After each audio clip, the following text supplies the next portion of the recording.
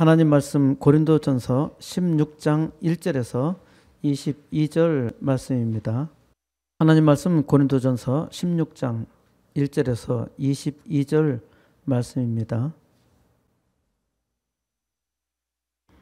그들이 나와 너희 마음을 시원하게 하였으니 그러므로 너희는 이런 사람들을 알아주라.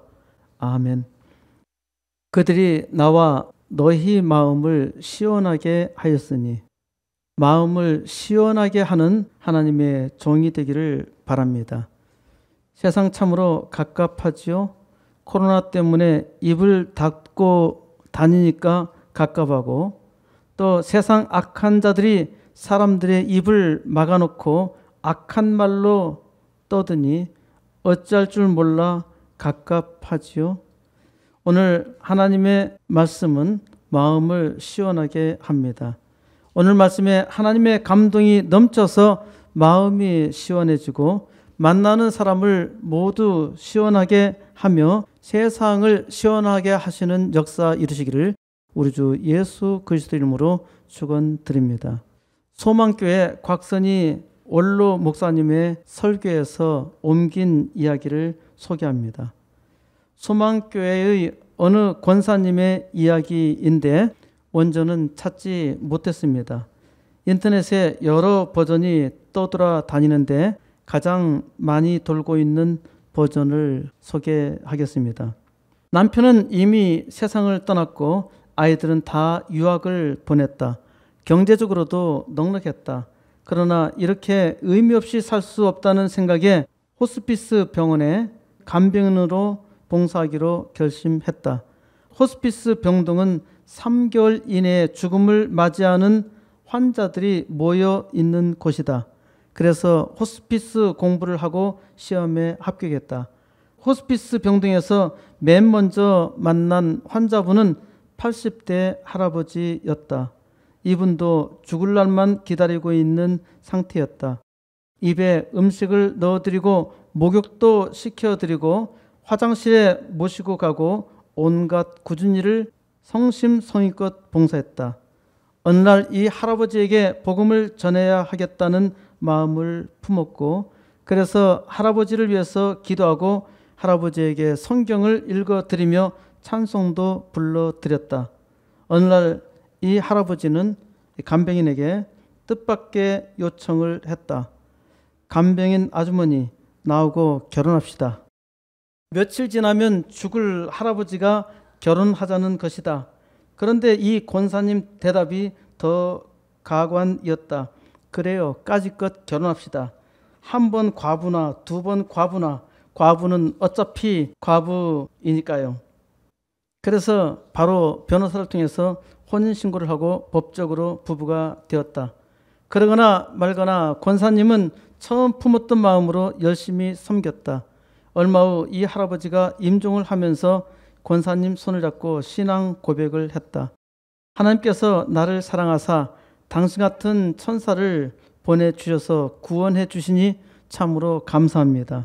하나님 감사합니다. 권사님 감사합니다. 나는 세상에서 당신처럼 마음씨 예쁜 여자를 본 적이 없습니다. 그리고 손을 꼭 잡고 행복하게 세상을 떠났다. 할아버지는 변호사를 통해 29억이라는 돈을 권사님 앞으로 이체시켰다. 할아버지는 자기의 돈을 누군가에게 주고 싶었는데 따뜻한 사랑으로 자기를 간병하는 권사님에게 주고 싶어서 결혼하자고 했던 것이다.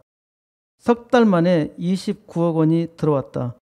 그 권사님의 간증이 참 감동적이다. 나는 연애도 해보고 결혼도 해보고 자식도 낳아봤지만 이 할아버지와 보낸 3개월이라는 시간이 없었다면 나는 세상을 잘못 살 뻔했습니다. 너무나 행복했습니다. 아름다웠습니다. 권사님이 할아버지의 마음을 시원하게 하니까 놀라운 일이 일어났지요. 할아버지는 권사님의 마음을 시원하게 하였습니다. 그 권사님은 이 돈을 사회복지단체에 다 기부했으니까 또 많은 사람들의 마음을 시원하게 하였습니다. 사람의 마음을 시원하게 하는 것이 복된 일입니다. 하나님의 종들은 사람들의 마음을 시원하게 해야 합니다. 하나님께서 오늘 말씀을 듣는 하나님의 백성의 마음을 시원하게 하십니다. 세상에 살다 보면 답답한 일이 참으로 많지요. 사람마다 답을 모르니까 답답하지요. 답답하니까 답답합니다. 사람 사는 게 답답한 겁니다. 게다가 코로나와 악당들이 갑갑하게 만들지요. 그러니까 답이 없어요. 어떻게 해야 하나요? 하나님을 믿는 우리는 하나님께 기도해야 하잖아요. 기도밖에 다른 답이 없어요. 하나님이 우리의 마음을 시원하게 하시며 또 마음이 시원하게 된 종들로 세상을 시원하게 하실 줄 믿습니다. 오늘은 하나님께서 바울의 손을 통해서 하나님의 백성의 마음을 시원하게 하십니다. 고린도 전서 16장 1절입니다. 성도를 위하는 연보에 관하여는 내가 갈라디아 교회들에게 명한 것 같이 너희도 그렇게 하라. 연보는 한자로 버릴 연, 도울 보입니다. 연보는 기부하여 다른 사람을 돕는다는 뜻입니다. 국어사전에서 연보는 자기 재물을 내어 다른 사람을 도와주는 것입니다. 교회에서 하나님께 드리는 연보를 헌금이라고 하지요.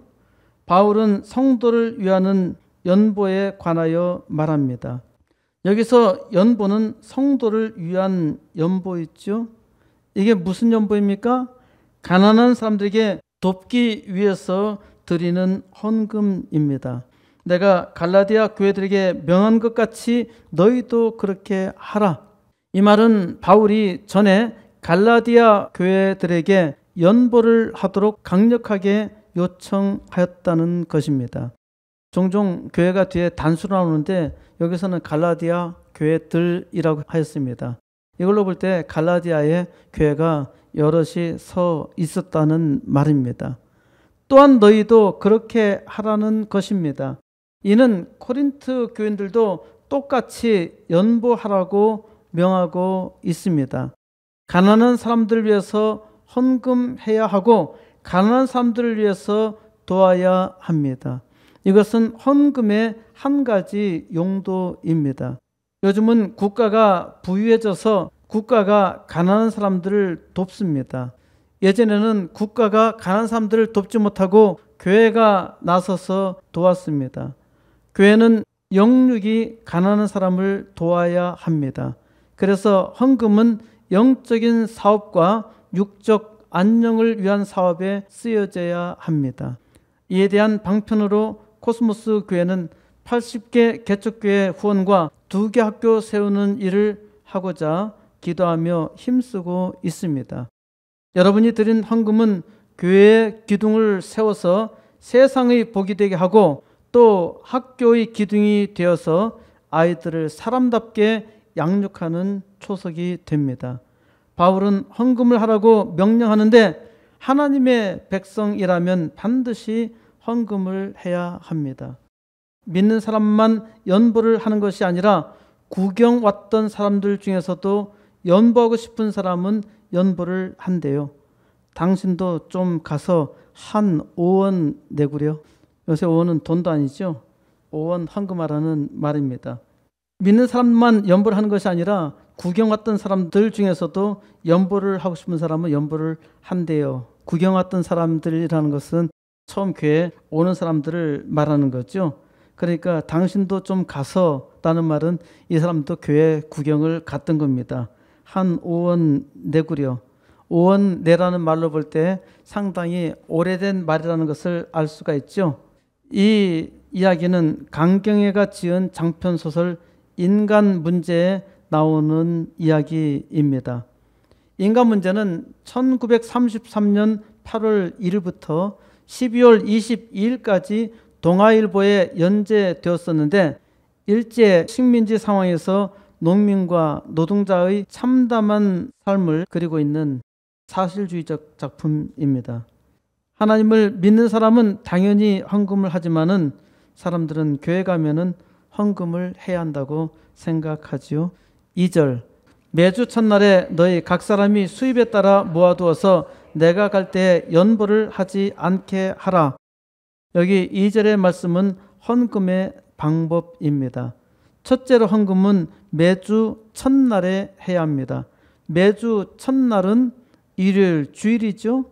하나님의 백성은 주일에 반드시 헌금해야 합니다. 두 번째로 헌금은 각 사람이 수입에 따라 해야 합니다. 이는 각 사람이 복을 받은 대로 곧 하나님께서 주시는 은혜에 따라서 헌금합니다. 많이 받았으면 많이 하면 되고 적게 받았으면 적게 하면 됩니다. 셋째로 헌금은 따로 모아두어야 합니다. 개인적으로도 헌금을 따로 구분해야 하고 교회에서도 헌금을 따로 모아둡니다. 바울은 내가 갈 때 연보를 하지 않게 하라고 말합니다. 이는 연보는 미리 준비해야 한다는 것이죠. 헌금은 미리 준비해야 합니다. 헌금을 매주 주일날 드려야 하고 각기 자기의 분수대로 미리 준비하여 드려야 합니다. 3절 내가 이를 때 너희가 인정한 사람에게 편지를 주어 너희의 은혜를 예루살렘으로 가지고 가게 하리니. 바울이 코린트 교회에 가면 너희 교회가 인정한 사람을 택하여 그에게 편지를 주어서 너희의 은혜라는 것은 너희가 헌금한 것을 예루살렘 교회로 가지고 가게 하겠다고 말합니다. 코린트 교회가 헌금한 돈을 코린트 교회가 천거한 사람들의 손에 맡겨서 예루살렘 교회로 보내서 그 교회를 돕겠다는 말입니다. 4절 만일 나도 가는 것이 합당하면 그들이 나와 함께 가리라. 만일 바울이 가는 것도 좋다고 생각한다면 고린도 교회에서 천거한 사람들이 자기와 함께 되리라고 말합니다.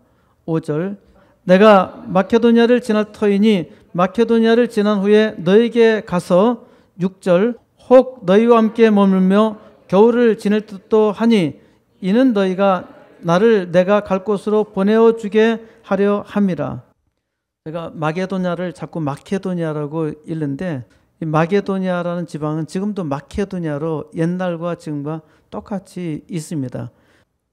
바울이 그리스 지방 마케도니아를 지날 예정인데 마케도니아를 지나갈 때에 코린트 교회에 가서 혹시 너희와 함께 머물며 겨울을 보낼 듯도 생각한 것입니다. 이는 바울이 코린트 교회에서 겨울을 난 후에 바울이 어디로 가든 교회에서 붙잡지 않고 보내줄 것이라고 믿었기 때문입니다. 7절 이제는 지나는 길에 너희 보기를 원하지 아니하노니 이는 만일 주께서 허락하시면 얼마 동안 너희와 함께 머물기를 바람이라. 이제는 바울이 마케도니아를 지나는 길에 아주 잠시 들려서 너희 보기를 원하지 아니하고 만일 주님께서 허락하시면은 얼마 동안 너희와 함께 있겠다고 기대하고 있습니다. 바울은 인간적인 마음으로는 코린트 교회에 머물고 싶었지만은 그렇게 될지는 몰랐습니다. 주님께서 허락하셔야 코린트 교회에 머무를 수 있다고 말하는데 이와 같은 자세는 바울이 모든 것을 하나님께 맡기는 믿음으로 살았다는 것이죠. 이것이 바울을 위대하게 만드는 것입니다. 모든 일을 다 하나님께 맡기고 사는 삶, 이것이 바울의 능력이죠. 8절 내가 오순절까지 에베소에 머물려 함은 9절 내게 광대하고 유효한 문이 열렸으나 대적하는 자가 많음이라. 바울은 오순절까지 에베소에 있을 것인데 그 까닭은 내게 광대하고 능력 있는 문이 열리고 많은 이가 반대함이라. 이 말이 무슨 말이냐면은 광대하고 능력 있는 문이 열렸다. 에베소 교회가 부흥하고 하나님의 능력이 크게 역사했다는 말입니다. 그리하여 많은 사람들에게 구원의 문이 열렸고 그로 인해서 많은 에베소 교인들은 바울이 떠나는 것을 반대했기 때문입니다. 그래도 바울은 온 세상에 복음을 전해야 했기에 에베소에 계속 머물러 있을 수가 없었습니다. 일단은 에베소에 오순절까지만 있겠다고 생각했고 그 후로 마케도니아로 가는데 도중에 코린트 교회를 신방할 생각이었습니다. 오순절은 예수님께서 부활하신 후 50일이 지난 날인데 부활절은 매년마다 다릅니다마는 보통 4월 첫 주 정도인데요. 그로부터 50일 정도 지나게 되면은 5월 말이나 6월 초가 오순절이 되겠죠. 오순절은 예수님께서 승천하신 후에 처음으로 성령이 내려서 교회가 시작한 날입니다. 그러니까 오순절이 되면은 가겠다고 얘기를 한 겁니다. 10절 디모데가 이르거든 너희는 조심하여 그로 두려움 없이 너희 가운데 있게 하라. 이는 그도 나와 같이 주의 일을 힘쓰는 자임이라. 이제 디모데가 이르거든 디모데는 바울의 영적 아들입니다. 디모데는 바울이 코린트 교회에 보내는 편지, 지금 우리가 읽고 있는 이 고린도 전서를 가지고 코린트 교회에 간다는 것입니다. 제가 고린도 전서라 그랬다가 코린트라 그랬는데 고린도라는 말도 아까 얘기한 것과 똑같습니다. 여러분 건물 양식 중에서도 아주 화려한 양식이 코린트 양식이라고 있습니다. 기둥의 위아래에 화려한 장식을 넣은 고대의 건축 양식인데 코린트는 부산과 같은 해안 지방으로 문화가 많이 발달됐고 또 상업이 많이 발달됐기 때문에 부유했고 또 똑똑한 사람들도 많이 모였고 문화 교류의 요충지가 되었던 겁니다. 코린트의 건물 양식이 굉장히 화려했던 것이죠. 성경은 고린도 전서 돼 있기 때문에 제가 고린도 전서라 말한 것이고 교회를 말할 때는 코린트 교회라 하는데 고린도나 코린트나 같은 말입니다. 디모데 그가 두려움 없이 너희와 함께 있음을 볼 것인데 이는 디모데도 나 바울이 하는 것처럼 주의 일을 힘쓰는 자이기 때문이라는 겁니다. 디모데는 문제가 아주 많은 코린트 교인들에게 가서 담대하게 하나님의 일에 힘쓸 것이라고 말하고 있습니다.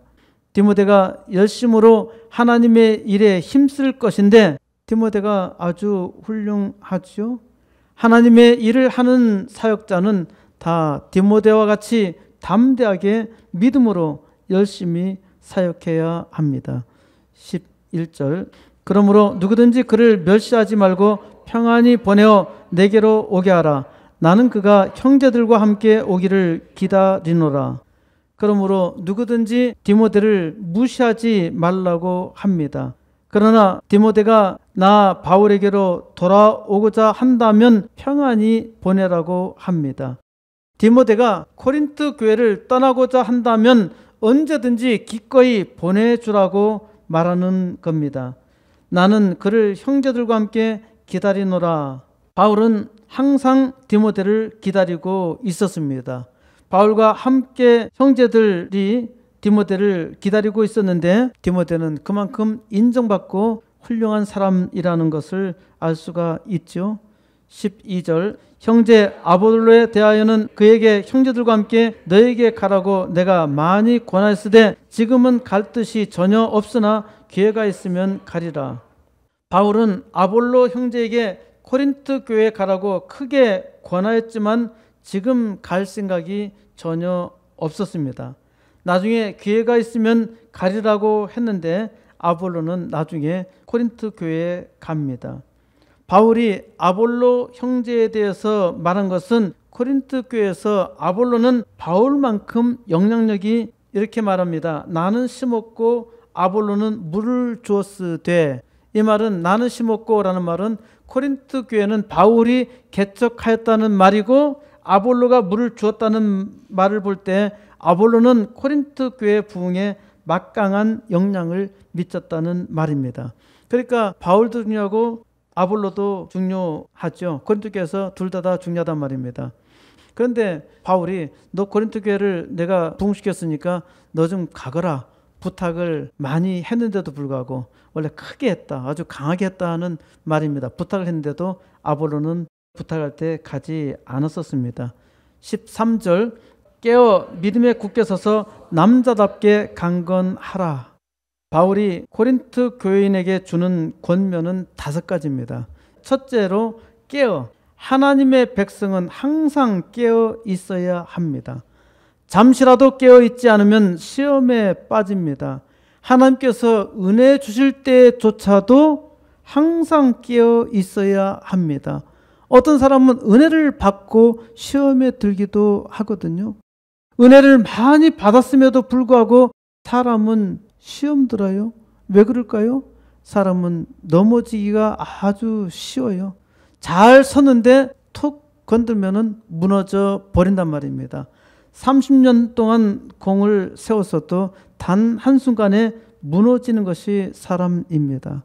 아주 기분 좋고 신나고 모든 일이 잘 될 때에도 단 하나 때문에 무너지기도 합니다.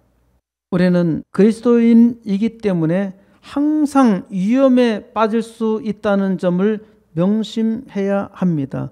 왜 그럴까요? 마귀가 우는 사자와 같이 항상 우리를 삼키려고 노리기 때문입니다. 둘째로 믿음에 굳게 서서 항상 믿음에 굳세게 서 있어야 합니다. 하나님의 백성들은 율법이나 세상의 가치관이나 세상의 법이 아니라 어떠한 일이 있어도 믿음에 견고하게 서 있어야 합니다. 셋째로 사나이들 같이 행하고 사나이들과 같이 담대하게 행하라는 말입니다. 넷째로 강건하라. 하나님의 백성은 강해야 합니다. 강하고 담대하라. 믿음의 사람은 강하고 담대해야 해요. 그래야 세상을 능히 이깁니다.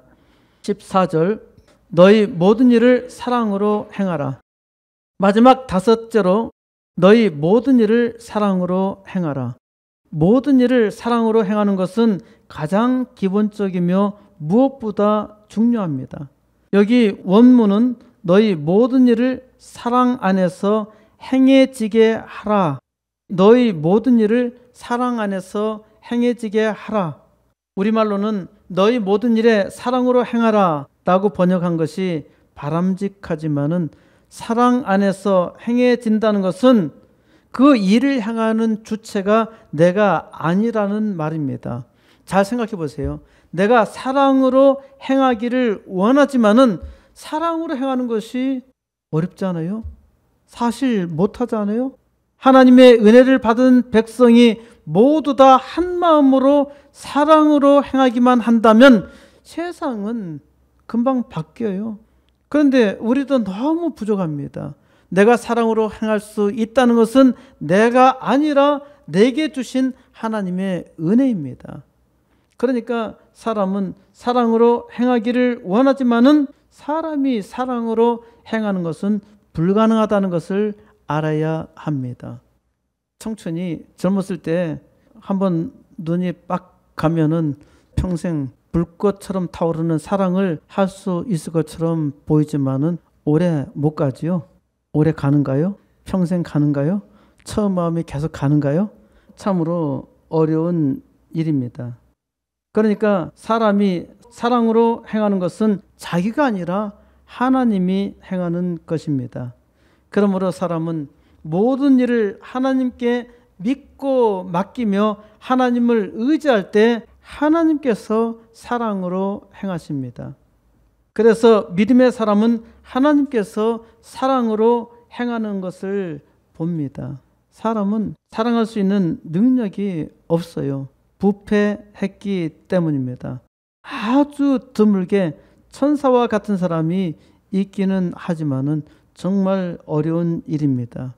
하나님의 사랑이 있기에 그 사랑으로 사랑할 수 있는 것이고, 우리가 혹 부족했다면은 하나님께 기도하는 가운데서 내가 사랑에 부족했다는 것을 깨닫고 회개하는 것이죠. 그런 가운데서 사랑이 성장하는 것이죠. 완전한 사랑은 없단 말입니다. 15절 형제들아 스데바나의 집은 곧 아가야의 첫 열매요 또 성도 섬기기로 작정한 줄을 너희가 아는지라. 내가 너희를 권하노니 스테파나스의 집은 곧 아카이아 지방의 첫 열매라고 합니다. 아가야라고 되어 있는데 아카이아라고 코린트 지방의 조금 위쪽이 아카야 지방입니다. 코린트 지방보다 조금 더 위에는 아카이아 지방의 첫 열매가 스테파나스의 집입니다. 그는 성도를 섬기는 일에 헌신한 모범적인 사람이었습니다. 우리말에 작정한 줄을 이라고 했는데 작정한 것이 아니라 이미 헌신하였고 이 사실은 코린트 교인들도 알고 있었습니다. 스테파나스의 헌신은 코린트 교회에 소문이 났고 바울은 이 사실로 코린트 교인을 권면합니다. 16절 이 같은 사람들과 또 함께 일하며 수고하는 모든 사람에게 순종하라. 스테파나스와 헌신하는 사람들에게 복종하라는 겁니다. 또 함께 일하며 수고하는 모든 자들에게 복종하라고 합니다. 이 말은 단순히 따르는 순종이 아니고 교회 부흥을 위해서 맡기며 적극적으로 따르라는 말입니다. 17절 내가 스데바나와 브드나도와 아가이고가 온 것을 기뻐하노니 그들이 너희의 부족한 것을 채웠음이라. 바울은 스테파나스와 포르투나투스와 아카이쿠스가 온 것을 기뻐하였는데 이들이 너희의 부족을 채웠기 때문이라고 합니다. 그들이 너희의 부족한 것을 채웠다는데 이게 무슨 말일까요? 문맥상으로 볼 때는 물질적인 것으로 곧 돈으로 도와줬다는 의미가 아닙니다. 그 다음에 나오는 18절을 보면은 더욱 선명해집니다. 18절 그들이 나와 너희 마음을 시원하게 하였으니 그러므로 너희는 이런 사람들을 알아주라. 스테파나스와 포르투나투스, 아카이쿠스 삼총사가 바울과 코린트 교인들의 마음을 시원하게 했다는 것입니다. 바울과 코린트 교인들을 시원하게 한 것이 무엇이었을까요? 이들은 코린트 교인의 부족한 것을 채웠다는 것이죠. 16절에서 스테파나스와 헌신하는 사람들에게 복종하고 또 함께 일하며 수고하는 모든 사람들에게 복종하라고 했잖아요. 이 스테파나스와 헌신하는 모든 사람들에게 복종하라고 말한 것은 스테파나스가 돈을 주었기 때문에 물질적인 어려움을 도와주었기 때문에 그런 것이 아니란 말입니다. 스테파나스와 삼총사는 코린트 교인들에게 부족한 것을 코린트 교인이 무엇이 부족한지 그 부족한 것을 모범으로 보여주고 담대하게 행하였던 것입니다. 코린트 교회는 깨어 했는데 깨어 있지 못하고 시험이 들었습니다. 코린트 교회는 분당을 나누고 많은 돈과 권력과 지식과 지혜를 자랑했고 성적으로 문란했고 심지어 우상 숭배도 하며 아주 거만했습니다.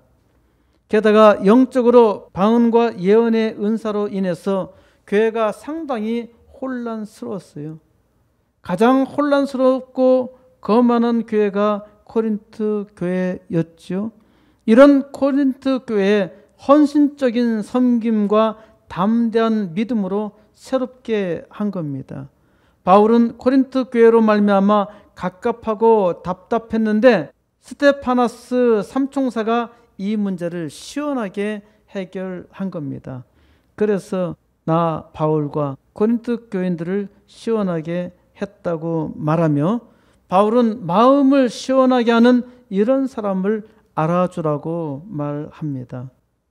19절 아시아의 교회들이 너에게 문안하고 아골라와 브리스가와 그 집에 있는 교회가 주 안에서 너에게 간절히 문안하고 아시아의 교회들이 코린트 교회에 문안합니다. 교회는 서로 소통해야 합니다. 아골라와 브리스가와 그 집에 있는 교회가 주 안에서 코린트 교회에게 간절히 문안합니다. 이는 코린트 교회의 여러 가지 혼란된 상태를 이해하고 코린트 교회가 하나님 앞에 바로 서기를 바라며 기도했던 겁니다. 그러면서 안부를 전하는 것이죠. 아굴라와 브리스가와 그 집에 있는 교회라고 하는 것을 볼 때 아굴라와 브리스가는 그 집에 교회가 있었습니다. 이처럼 교회는 가정에서부터 시작합니다. 가정교회에서 시작해서 교회가 점점점 커지고 부흥하는 것이죠. 20절 모든 형제도 너에게 문안하니 너희는 거룩하게 입맞춤으로 서로 문안하라. 하나님의 모든 백성들은 서로 문안합니다. 우리는 서로 즐겁게 하나님께서 주시는 은혜 따라서 서로 인사하고 나눠야 합니다. 거룩한 입맞춤으로 서로 문안하라고 합니다. 21절 나 바울은 친필로 너에게 문안하노니 고린도전서는 코린트 교회에 보내는 바울의 첫 번째 편지입니다. 바울이 자기의 손으로 친히 쓴 것이라고 말하는데 이거는 바울의 것이 아닙니다.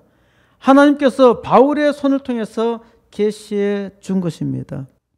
여러분 편지를 받아보셨나요? 요즘 젊은 친구들은 편지를 잘 안 쓰는 편이지요. 편지를 누가 써놓고 갔어? 그러면 어떻게 합니까? 누가 내게 이 편지를 썼을까? 저한테 보낸 사람도 어떤 사람은 이름을 안 써서 보내요. 이름을 안 써서 보내거나 기호로 쓰는 거. 그렇게 보내면은 암호를 해독하느라고 고생을 합니다. 도대체 이것을 누가 보냈을까? 자, 고린도 전서를 읽으면서 누구든지 이 편지를 읽는 사람은 이 편지를 기록한 바울을 만나지 못합니다.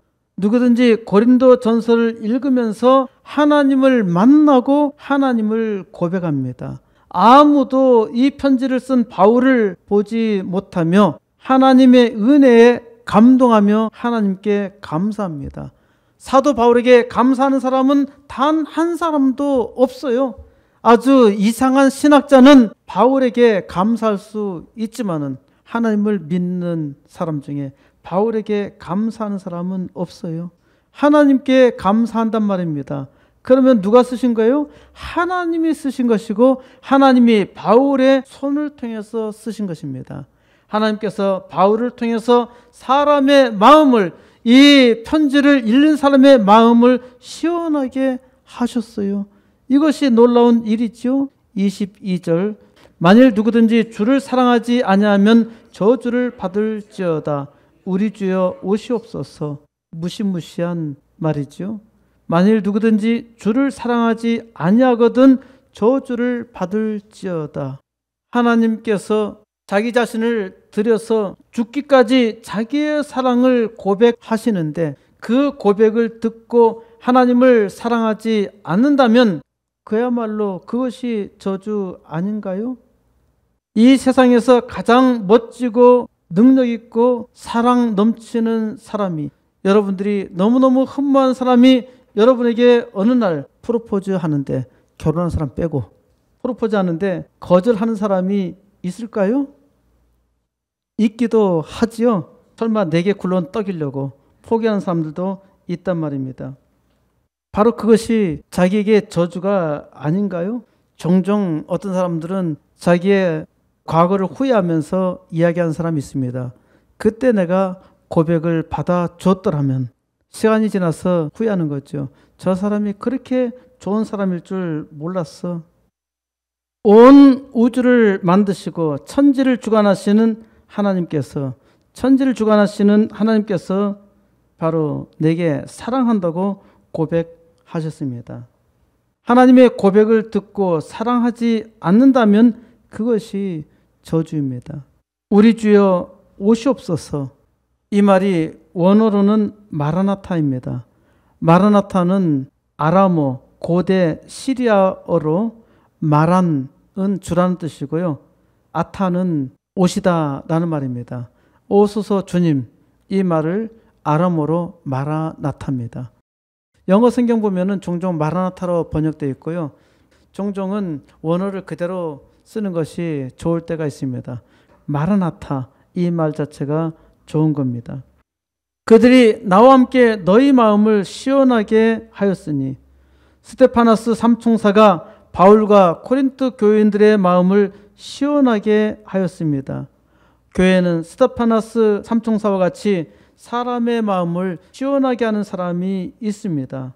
하나님의 은혜가 사람의 마음을 시원하게 하니까 그로 인해서 많은 사람들을 시원하게 하고 교회를 시원하게 합니다.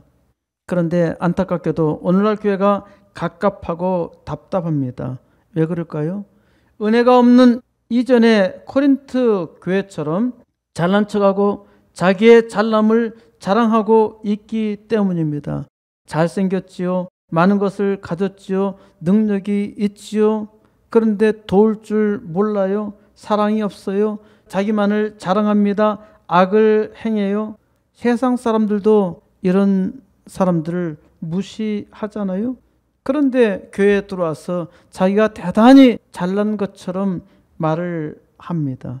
이런 사람들이 많으면 교회가 피곤해지지요. 하나님의 은혜로 마음을 시원하게 하는 사람이 있어야 되는데 말씀을 아주 잘 아는 척 하는데 전혀 말씀대로 살지 않아. 이런 사람들은 교회를 어지럽히는 사람이지요. 또 코로나로 인해서 교회에서 예배를 드리지 못하는데 교회에 오지 말라고 말을 합니다. 그러니까 하나님의 백성들은 갑갑하고 답답하지요.